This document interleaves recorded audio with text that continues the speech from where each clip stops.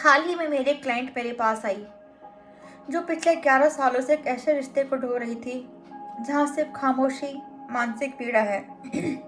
उनका सवाल था, मंजू जी, क्या इस रिश्ते में और कोशिश करनी चाहिए? मेरा एक बेटा है 7 साल का, क्या उसे अपने पिता का प्यार मिलेगा? तो देखते हैं मेरे कार्ड्स ने क्या कहा। उनके लिए क्या, और उनकी कुंडली और मेरे कार्ड्स कितना मेल खाए उनकी कुंडली से। क्योंकि 11 साल की शादी थी और पिछले 5-6 साल से ये लोग सेपरेट रह रहे हैं और 11 साल की शादी में इनको सिर्फ अब्यूजिंग ही मिला। कोई सुख, कोई शांति, कोई मानसिक संतोष नहीं था इन 11 साल की मैरिज लाइफ में। देखते हैं क्या कार्ड स्प्रेड थे। जब मैंने देखा night of swords, 2 of pentacles and 3 of cups, बिल्कुल इनका ये जो रिश्ता रहा होगा ना, बहुत ही अब्यूजिंग रहा होगा। काफ़ी तालमेल बिठाने की कोशिश की होगी मेरी इस क्लाइंट ने। उसके मन में एक छिपी हुई इच्छा थी कि उसका एक सुखी परिवार हो, जहां वो अपने परिवार के साथ, अपने हस्बैंड, अपने बच्चे के साथ खुश रह सकें। नाइट ऑफ सॉर्ड दिखाता है कि एग्रेसिव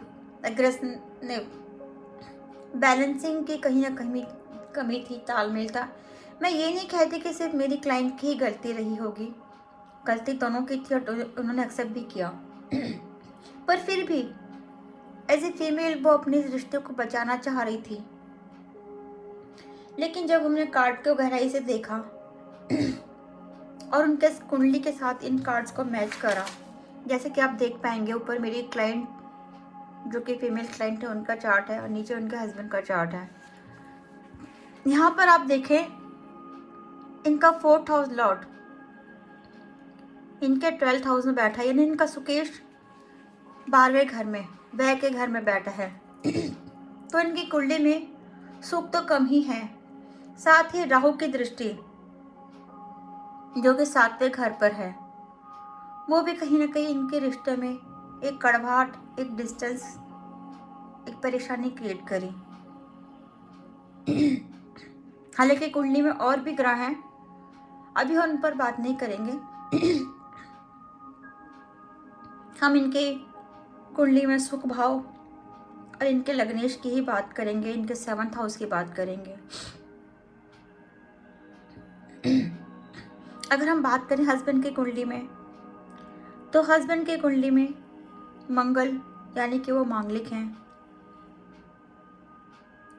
और राहु का भी इनकी कुंडली में 7वें घर पर एक्सपेक्ट पड़ रहा है। तो कहीं ना कहीं इस मैरिज में एक ये भी रीज़न था कि इन लोगों के बीच में तालमेल सही नहीं बैठा। फिर उनका पूछना था कि क्या मुझे इस रिश्ते में मेहनत करनी चाहिए और कोशिश करनी चाहिए। तो हमने देखा टेम्परेंस कार्ड, उसके बाद आया 3 ऑफ कप्स का कार्ड और 10 ऑफ सॉर्ड्स का।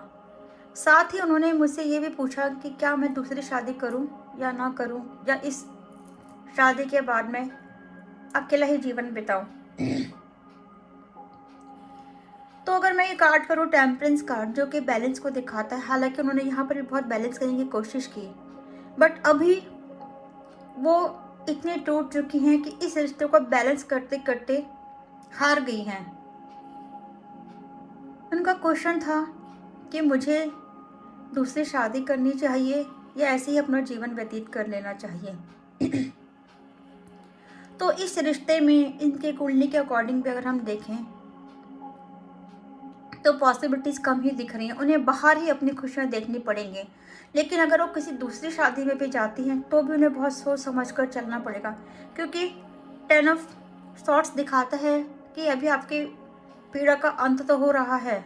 मतलब आप इस रिश्ते के बाहर जाएंगी तो डेफिनेटली आपको यहाँ से वो जो दुख, वो दर्द था, वो तो ख़त्म हो जाएगा। लेकिन क्या दूसरी शादी में भी सेम सिचुएशन रहेगी? क्या उनको वो प्यार मिलेगा? अगर हम बात करें दूसरी शादी की, तो क्योंकि इनका भाग्य स्वामी जो मेरी क्लाइंट है, इनके भाग्य का स्वामी भी अपनी नीच राशि, जिसको हम कहते हैं चंद्रमा की राशि यानी कर्क राशि में बैठा है। हालांकि ग्रह नीच या ऊंच के नहीं होते हैं, उनकी पोजीशन ऐसी होती है कि वो उस राशि में बैठकर कंफर्टेबल नहीं होते हैं, इसलिए भाषा में इसको नीच राशि कहा जाता है। हालांकि वो नीच राशि नहीं होती है। जब हम एक मान लीजिए कि हम गरम गरम तवे के ऊपर ठंडा पानी डाल दें तो वो आवाज़ करता है, तो ऐसे ही मंगल क्योंकि एक फायरी प्लैनेट है और जब वो कर्क राशि यानी कि एक इमोशंस एक वाटर साइन में जाता है तो वो कंफर्टेबल नहीं होता है। ऐसे ही इनका जो भाग्येश है और इनका जो सुखेश है वो ऐसी राशि में बैठ गया है जहाँ पर वो कंफर्टेबल ही नहीं है, यानी कि व्यय के भाव में बैठ गया है, हानि के भाव में बैठ गया है। तो अगर ये दूसरी शादी के लिए भी जाती हैं तो इनको दूसरी शादी में बहुत सोच समझ कर चलना पड़ेगा। हालांकि गुरु यहाँ पे बैठा है, इसी ने इनको अभी तक हिम्मत बांध के रखी है कि वो इस रिश्ते में अभी तक टिकी हैं और 11 साल से इस रिश्ते में सब्र कर रही हैं।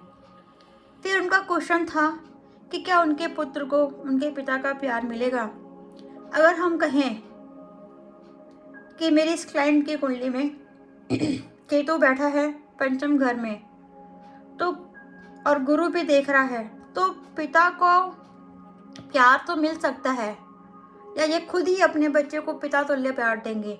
परंतु जब उनके हस्बैंड की कुंडली देखें हम, तो यहाँ पर केतु की दृष्टि है जो कि जुपिटर की राशि में तो है, लेकिन कहीं ना कहीं ये इंसान ऐसा है कि अपने गुस्से अपने अग्रेशन के आगे किसी को देखेगा ही नहीं। और क्योंकि केतु की भी दृष्टि पड़ रही है इनके लगन पर, तो ये ऐसा इंसान है जिसको कोई फर्क ही नहीं पड़ता है किसी की खुशियों से। बहुत ही शक्ति मिजाज का इंसान ही हो सकता है, या ऐसा इंसान जिसको सोच समझ के है ही नहीं। क्या इनका ये कार्मिक डेप्थ था? बिल्कुल। अगर हम देखें तो कहीं ना कहीं इनका एक कार्मिक डेप्थ भी दिखाता है ये 10 ऑफ सॉर्ड्स का कार्ड, कि अब इनका जो है कार्मिक डेप्थ पूरा हो चुका है, अब रुकना नहीं है और एफर्ट्स नहीं डालने हैं, ये यहाँ पर दिखाता है। फिर मैंने उन्हें कुछ रेमेडीज दी कि अगर वो अपनी तरफ से एक कोशिश करना चाहें तो कोशिश कर सकती हैं, परंतु यहाँ पर जब सामने वाला ही अपना व्यवहार बदलने के लिए तैयार नहीं है तो इस रिश्ते को लंबा खींचकर कोई फ़ायदा नहीं है। और पिछले 5 साल से ज़्यादा से समय से वो अपने मायके में रह रही है। जिस इंसान ने 5 साल में अपने बेटे से आकर नहीं मिला, उसकी खोज खबर नहीं ली, क्या मुमकिन है कि वो आगे इस रिश्ते को निभाए? फिर भी उनका मान रखने के लिए मैंने उनको कुछ रेमेडीज़ दी कि अगर आप ये रेमेडीज़ करते हैं, कुछ पर्सनल रेमेडीज़ थी, तो कुछ पॉसिबिलिटीज़ है, बट बहुत ज़्यादा उम्मीद मत रखिएगा आप इस रिश्ते से, क्योंकि ताली सिर्फ एक हाथ से नहीं बजती है, हमें दोनों हाथों का इस्तेमाल करना पड़ता है।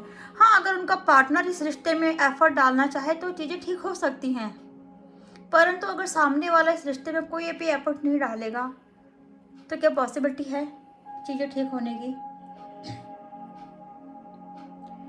दोस्तों, अगर आप भी या आपके कोई जानकार ऐसे ही किसी परेशानी से गुजर रहे हैं तो आप लोग मुझसे संपर्क कर सकते हैं और अपनी रीडिंग मुझसे ले सकते हैं।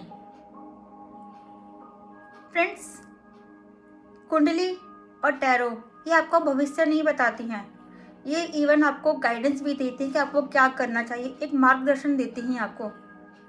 होना वही है जो नियति ने लिखा है, हम और आप सिर्फ एफर्ट्स कर सकते हैं, क्योंकि बनाना मुश्किल है लेकिन तोड़ना आसान है। फिर भी हमने कुछ ऐसी रेमेडीज़ वहाँ पर उनको प्रोवाइड करी कि जो इस रिश्ते को एक आखिरी उम्मीद दे कि ये रिश्ता ठीक हो सकता है कि नहीं। बट क्योंकि उम्मीदें कम दिख रही हैं इनकी कुंडली के आधार पर भी, क्योंकि इनकी ग्रह दशाएं भी इनके फेवर में नहीं है अभी। तो ये तो थी इनकी अपनी पर्सनल बातें जो हमने उनसे डिस्कस करी, और उनका एक छोटा सा पार्ट मैंने आपके साथ यहाँ पर डिस्कस किया। उम्मीद है आपको मेरी ये वीडियो पसंद आई हो। अगर आप कोई भी सुझाव देना चाहें या आपकी कोई भी परेशानी, तो आप मुझसे संपर्क कर सकते हैं, मुझे मैसेज कर सकते हैं। मैं ज़रूर आपकी हेल्प करने की पूरी पूरी कोशिश करूँगी। आप सबका प्यार मिलता रहे, यही मेरे लिए सबसे बड़ी खुशी होगी, और आप लोगों के जीवन में कुछ अच्छे परिवर्तन आए, ये मेरे लिए सबसे बड़ी जीत होगी। मिलेंगे अपनी अगली वीडियो में, तब तक के लिए आपका बहुत बहुत आभार। जय श्री कृष्णा।